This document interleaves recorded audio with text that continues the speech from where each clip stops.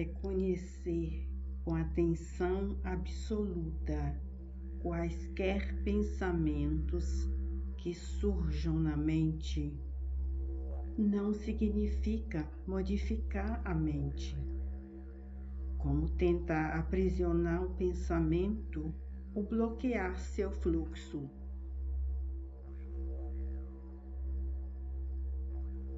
É difícil que esse reconhecimento com a atenção pura, sem distração, dure muito tempo para quem está iniciando essa prática, em decorrência de fortes hábitos mentais de distração adquiridos pela transmigração no decorrer de um tempo ilimitado.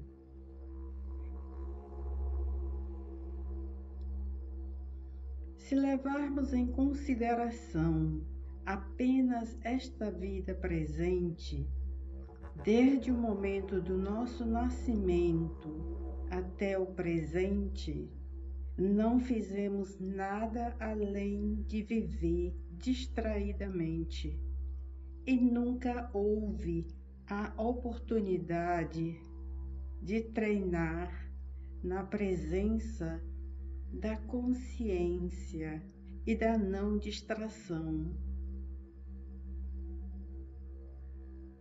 Por isso, até que não nos tornemos mais capazes de entrar na distração, se por falta de atenção nos descobrirmos sendo dominados pela negligência e pelo esquecimento, devemos tentar por todos os meios tomar consciência do que está acontecendo, contando com a presença da mente.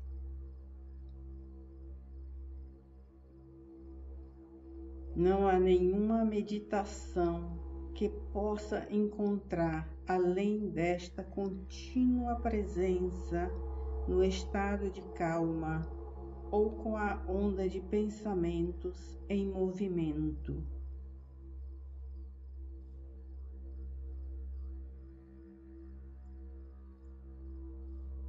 Se alguém espera que algo se manifeste de fora de si mesmo, em vez de continuar na presença de seu próprio estado, é como o provérbio tibetano que fala sobre a oferta posta no portão oriental para afastar o mau espírito, enquanto ele está no portão ocidental.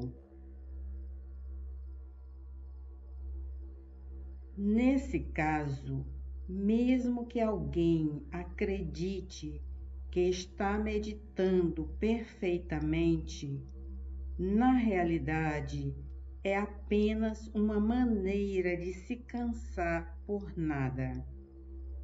Portanto, continuar no estado que se encontra dentro de si mesmo é realmente o mais importante.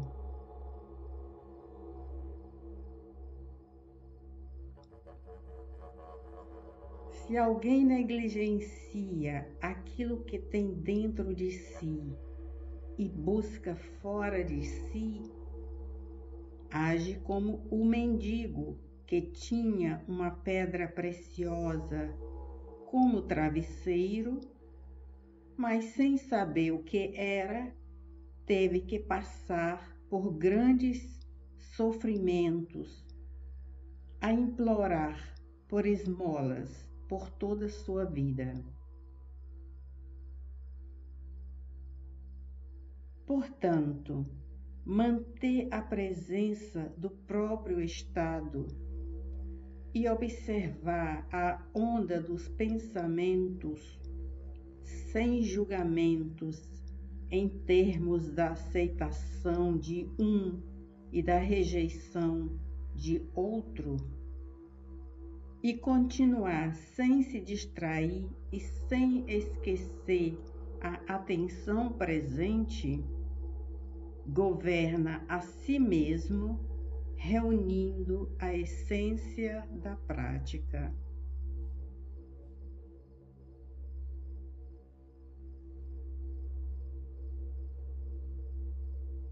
Algumas pessoas ficam perturbadas quando ouvem ruídos de outras pessoas caminhando, conversando, e ficam irritadas com isso, ou então se distraem com coisas externas a si mesmas, dando origem a muitas fantasias.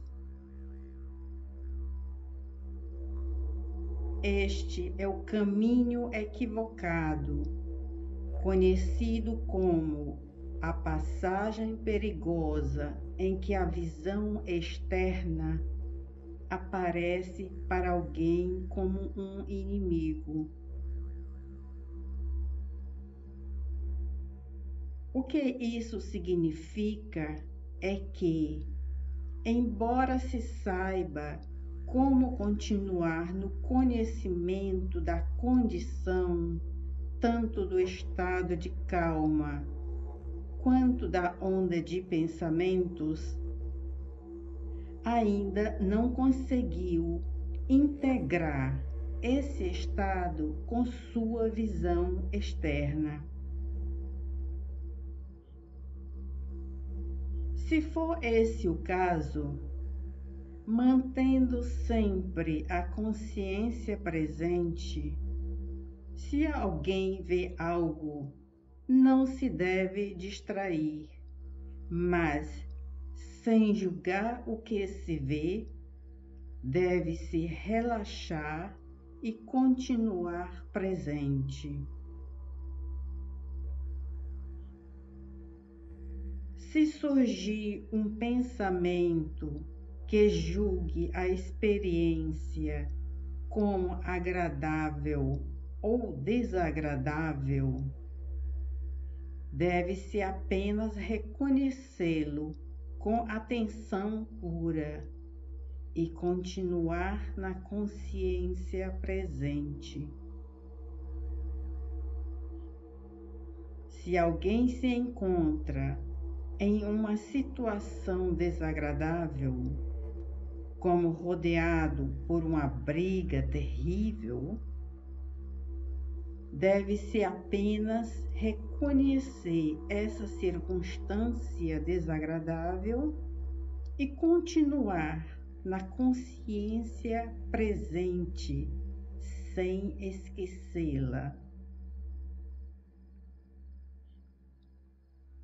Se a pessoa não sabe como integrar a presença da consciência com todas as suas ações diárias, como comer, caminhar, dormir, sentar e assim por diante, então não é possível fazer o estado de contemplação durar além da duração limitada de uma sessão de meditação sentada.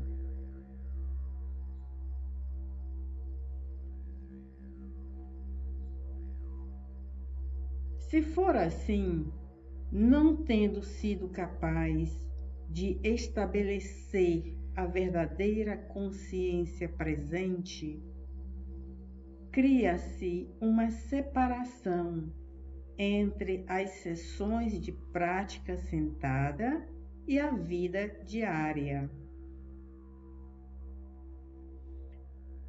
Portanto, é muito importante continuar na consciência presente, sem distração, integrando-a com todas as ações da vida diária. O Buda, no Prajnaparamita Sutra, também chamado de o Sutra do Coração, disse: Subhuti, de que maneira um Bodhisattva Mahasattva, sabendo que ele tem um corpo, pratica uma conduta perfeita? Subhuti, um Bodhisattva Mahasattva, ao caminhar, tem plena consciência de que está caminhando. Quando ele se levanta, está totalmente preocupado em se levantar.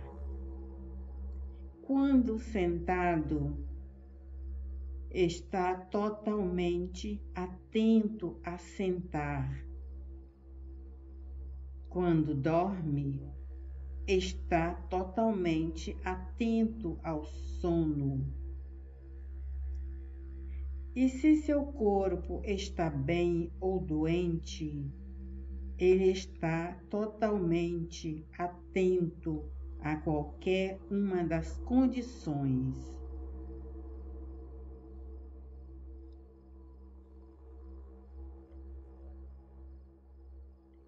Para entender como alguém pode integrar a consciência presente com todas as atividades da vida diária, vamos tomar o exemplo da caminhada.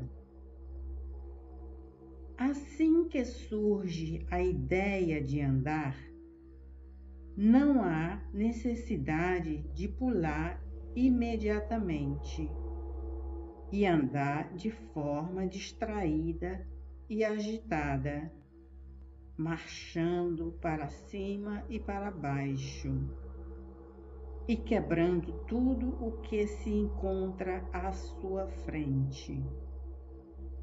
Em vez disso, quando alguém se levanta, pode fazê-lo lembrando: agora estou me levantando e, enquanto caminho, não quero me distrair.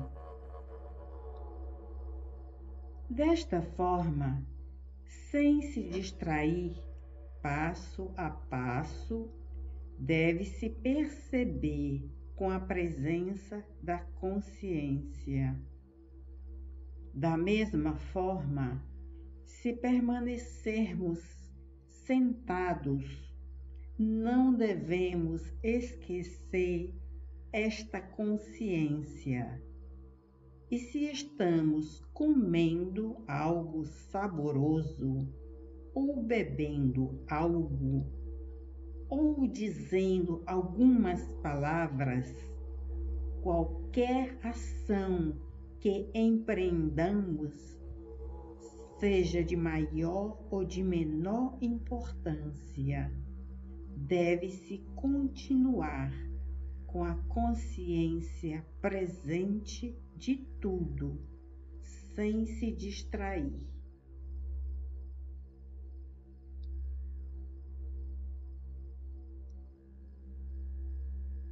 Visto que estamos tão fortemente habituados à distração, é difícil dar à luz essa presença da consciência.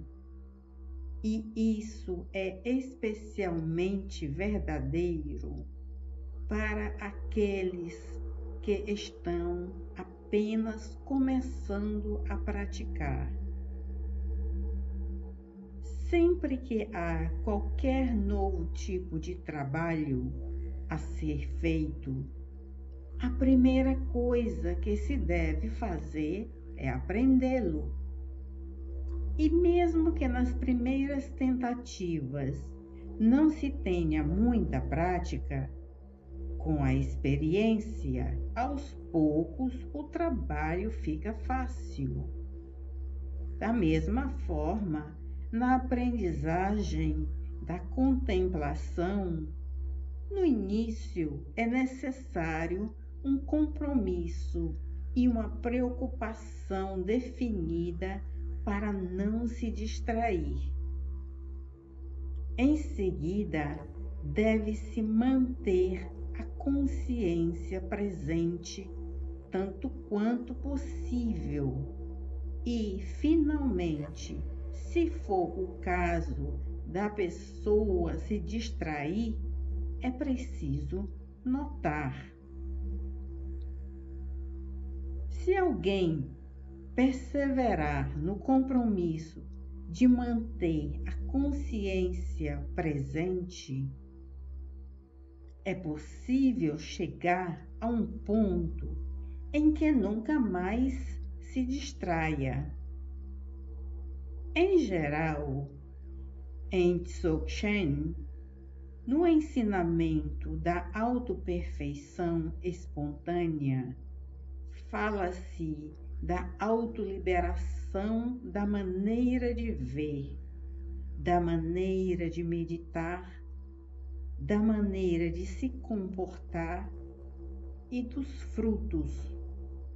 Mas essa autolibertação deve surgir por meio da presença consciente. Em particular, a autolibertação da maneira de se comportar não pode surgir se não for baseada na presença da consciência. Portanto, se a pessoa não consegue tornar precisa a autolibertação de sua maneira de se comportar, não pode superar a distinção entre as sessões de meditação sentada e a vida diária. Quando falamos da autolibertação da maneira de se comportar como o princípio fundamental de todo o Tantra, o Agama e o Upadesa de Dzogchen, isso agrada muito aos jovens de hoje.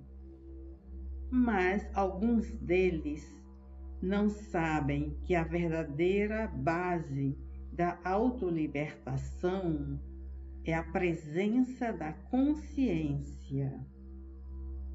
Muitos deles, mesmo que entendam isso em teoria e saibam falar disso, não sabem aplicá-lo.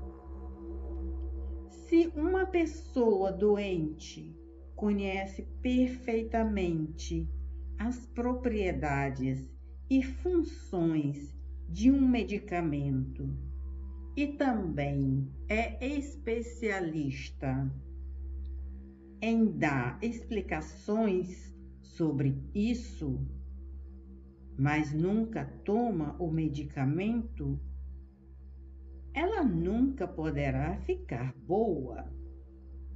Da mesma forma, durante um tempo ilimitado, sofremos da grave doença de estarmos sujeitos à condição dualística, e o único remédio para essa doença é o conhecimento real do estado de autolibertação, sem cair em limitações.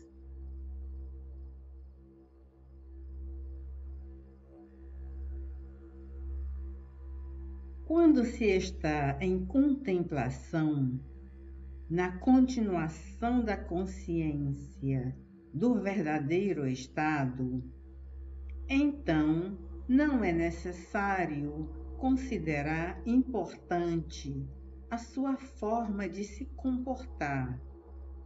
Mas, por outro lado, para quem está começando a praticar, não há outra maneira de praticar senão em sessões alternadas de meditação sentada com a vida diária.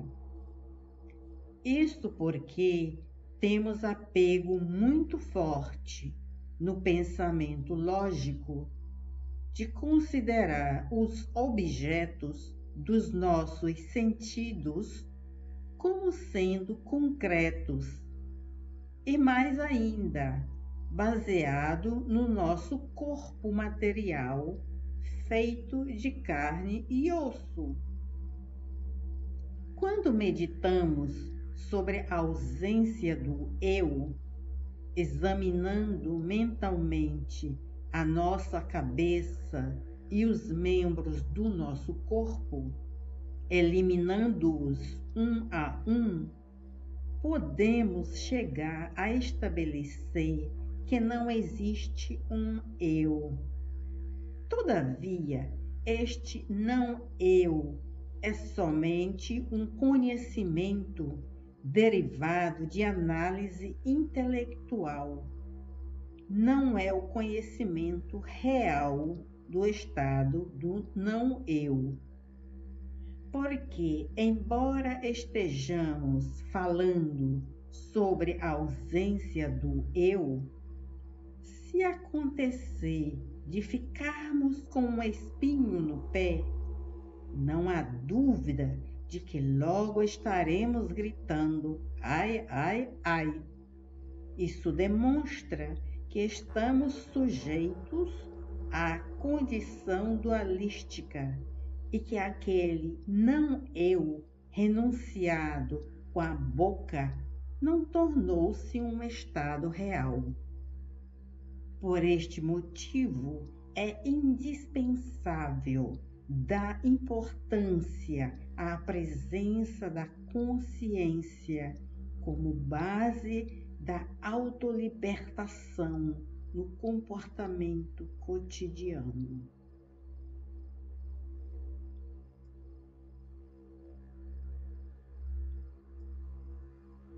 Por isso, é imprescindível considerar a presença da consciência, que é a base da autolibertação na conduta diária.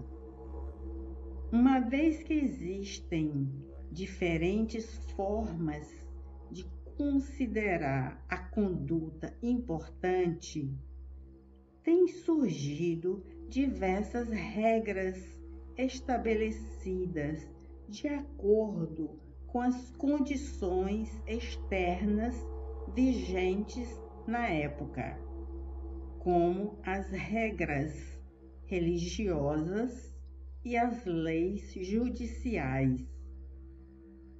Há, entretanto, uma grande diferença entre observar regras por meios da compulsão e observá-las por meio da consciência, visto que, em geral, todos são condicionados pelo karma, pelas paixões e pelo dualismo. Existem muito poucas pessoas que observam regras e leis por meio da consciência. Por isso, mesmo que não o queira, o ser humano deve obrigatoriamente de permanecer sujeito ao poder de vários tipos de regras e leis. Já estamos condicionados pelo karma, pelas paixões e pelo dualismo. Se alguém, então, adicionar limitações derivadas de ter que seguir regras e leis compulsoriamente, nosso fardo se torna ainda mais pesado e, sem dúvida, avançamos ainda mais com, entre aspas, a maneira de ver correta e com a maneira de se comportar correta. Se alguém entende o termo autolibertação como significando que pode fazer o que quiser, isso não é correto. Isso não é absolutamente o que o princípio da autolibertação significa. E acreditar em tal visão equivocada mostraria que não se compreendeu verdadeiramente o que significa consciência. Mas, novamente, não devemos considerar o princípio das leis e regras como sendo exatamente o mesmo que o princípio da consciência. As leis e regras são, de fato, estabelecidas com base nas circunstâncias de tempo e lugar e funcionam condicionando o indivíduo a fatores externos a ele.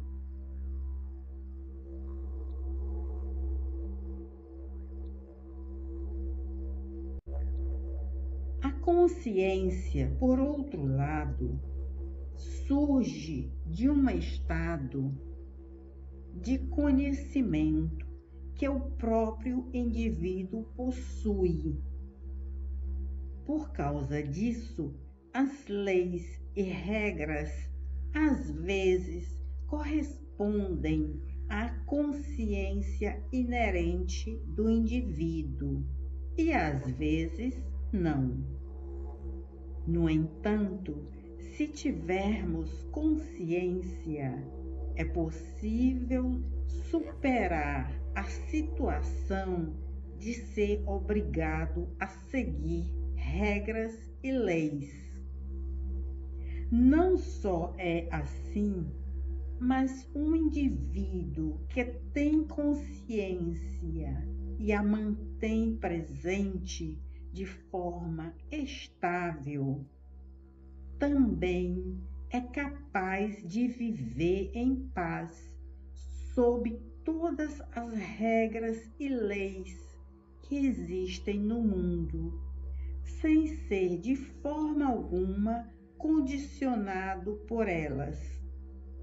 Muitos mestres disseram: incita-se o cavalo da consciência com o açoite da presença. De fato, se a consciência não vem solicitada pela presença, não pode funcionar.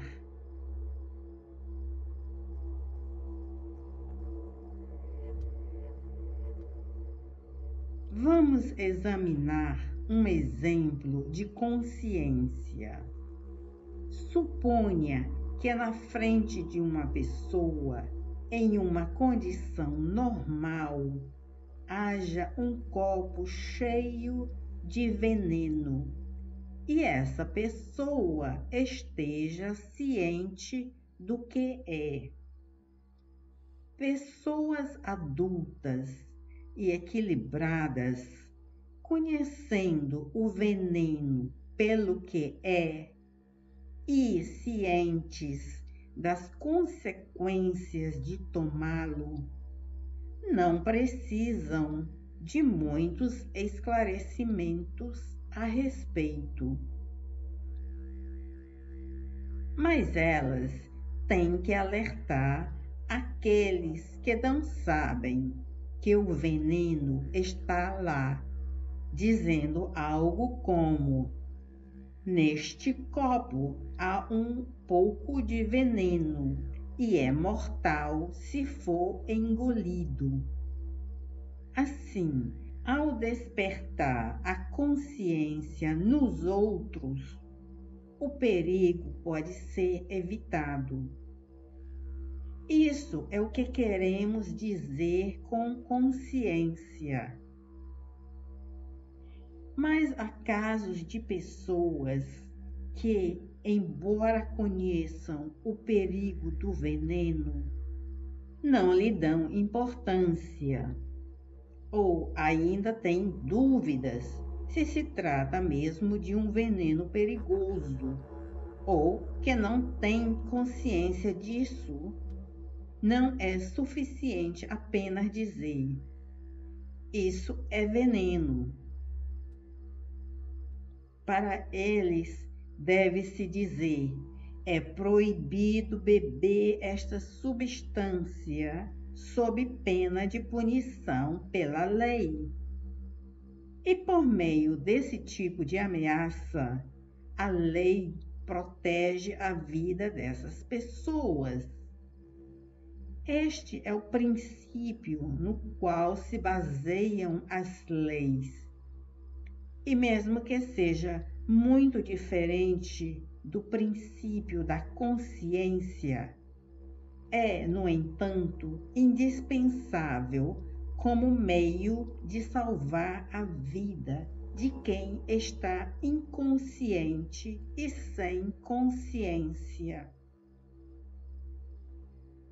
Agora podemos continuar a metáfora do veneno para mostrar o que queremos dizer com presença.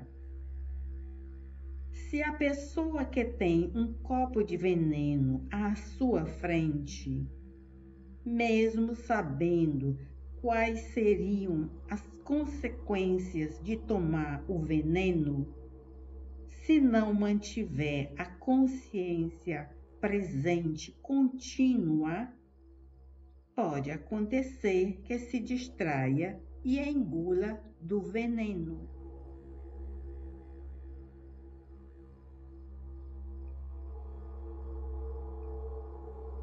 Portanto, se a consciência não for continuamente acompanhada pela presença, é difícil que haja os resultados certos. Isso é o que queremos dizer com presença. No Mahayana, o princípio a qual é dada a máxima importância e a própria essência da doutrina Mahayana é a união do vazio e compaixão. Mas, na verdade, se não houver consciência ligada à presença, não pode surgir uma compaixão genuína. Enquanto a pessoa não tiver a experiência real de ser movida pela compaixão pelos outros, é inútil fingir que está tão cheia de compaixão. Há um provérbio tibetano sobre isso, que diz: mesmo que você tenha olhos para ver outras pessoas, você precisa de um espelho para se ver. Para desenvolver internamente uma autêntica compaixão, é necessário observar os próprios defeitos, reconhecê-los e colocar-se no lugar dos outros para descobrir qual é a sua verdadeira condição. E o único meio para conseguir isso é possuir a presença da consciência. Em caso contrário, mesmo se fingirmos ter uma grande compaixão, mais cedo ou mais tarde surgirá uma ocasião que demonstrará como esta nunca nasceu verdadeiramente em nós.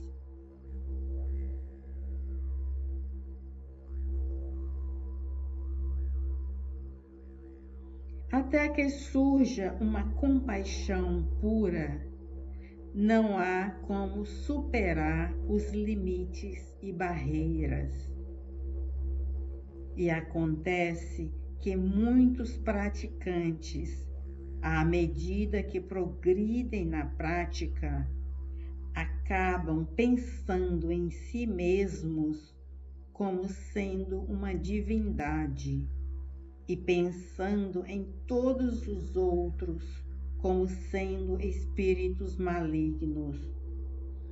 Assim, eles não fazem nada além de aumentar seus próprios limites, desenvolvendo apego por si mesmos e aversão pelos outros. Ou, mesmo que falem muito sobre Mahamudra e Dzogchen, tudo que realmente estão fazendo é ser peritos e refinados no comportamento dos 8 dharmas mundanos. Este é um claro sinal de que uma verdadeira compaixão não surgiu em nós. E a raiz da questão é que nunca realmente surgiu a presença da consciência. Portanto, sem tagarelar sobre isso ou ser pego tentando se esconder atrás de uma fachada elegante, deve-se tentar realmente e verdadeiramente fazer com que a presença da consciência surja em si mesmo e então colocá-la em prática.